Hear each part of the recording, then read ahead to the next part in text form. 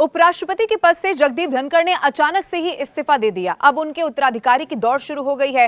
केंद्र की सत्ता में मौजूद एनडीए को निर्वाचक मंडल में बहुमत हासिल है, जिसमें लोकसभा और राज्यसभा के सदस्य शामिल हैं। अब मैं आपको बता दूं कि आगामी दिनों में संभावित नामों पर विचार किए जाने की संभावना बढ़ गई है, क्योंकि सवाल यही है कि अब देश का उपराष्ट्रपति कौन होगा। इस पद पर चुनने के लिए नेताओं का एक बड़ा समूह होता है। राज्यपालों में से या फिर अनुभवी नेताओं या फिर केंद्रीय मंत्रियों में से किसी का चुनाव किया जा सकता है। धनखड़ भी उपराष्ट्रपति बनने से पहले पश्चिम बंगाल के राज्यपाल ही थे। धनखड़ से पहले एम वेंकैया नायडू उपराष्ट्रपति पद पर थे। वो प्रधानमंत्री नरेंद्र मोदी के मंत्रिमंडल में थे।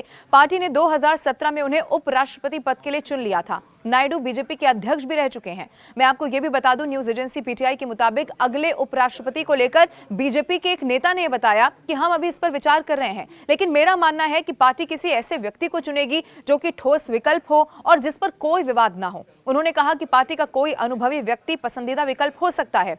इसके अलावा जनता दल यूनाइटेड के सांसद और राज्यसभा के उपसभापति हरिवंश को भी संभावित उम्मीदवार के तौर पर देखा जा रहा है, क्योंकि वो 2020 से इस पद पर कार्यरत हैं और उन्हें सरकार का विश्वास भी हासिल है। धनखड़ ने सोमवार शाम स्वास्थ्य कारणों का हवाला देते हुए अपने पद से इस्तीफा दे दिया।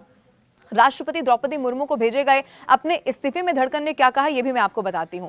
वो लिखते हैं, स्वास्थ्य देखभाल को प्राथमिकता देने के लिए तत्काल प्रभाव से पद छोड़ रहे हैं। धनखड़ ने अगस्त 2022 में उपराष्ट्रपति का पदभार संभाला था और उनका ये कार्यकाल 2027 तक था, यानी कि अभी कार्यकाल खत्म नहीं हुआ था।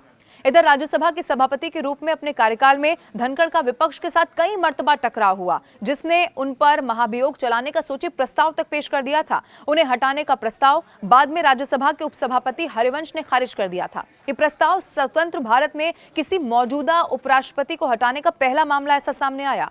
धनखड़ पद पर रहते हुए इस्तीफा देने वाले दूसरे उपराष्ट्रपति बन गए हैं। इससे पहले वीवी गिरी ने 20 जुलाई 1969 को स्वतंत्र उम्मीदवार के रूप में राष्ट्रपति चुनाव लड़ने के लिए अपने पद से इस्तीफा दे दिया था। धनखड़ 2022 में उपराष्ट्रपति पद के चुनाव में एनडीए के उम्मीदवार थे। अपने इस्तीफे में धनखड़ ने राष्ट्रपति द्रौपदी मुर्मू, प्रधानमंत्री नरेंद्र मोदी और मंत्रिपरिषद और उनके सभी सांसदों को उनके कार्यकाल के दौरान सहयोग देने के लिए धन्यवाद दिया। उन्होंने राष्ट्रपति को लिखे लेटर में कहा, मैं राष्ट्रपति के प्रति गहरी कृतज्ञता प्रकट करता हूं, जिनका समर्थन अडिग रहा। उनके साथ मेरा कार्यकाल शांतिपूर्ण और बेहतरीन रहा। धनखड़ आगे कहते हैं, मैं प्रधानमंत्री और मंत्रिपरिषद के प्रति अपनी गहरी कृतज्ञता व्यक्त करता हूं। प्रधानमंत्री का सहयोग और समर्थन अमूल्य रहा है और मैंने अपने कार्यकाल के दौरान उनसे बहुत कुछ सीखा है।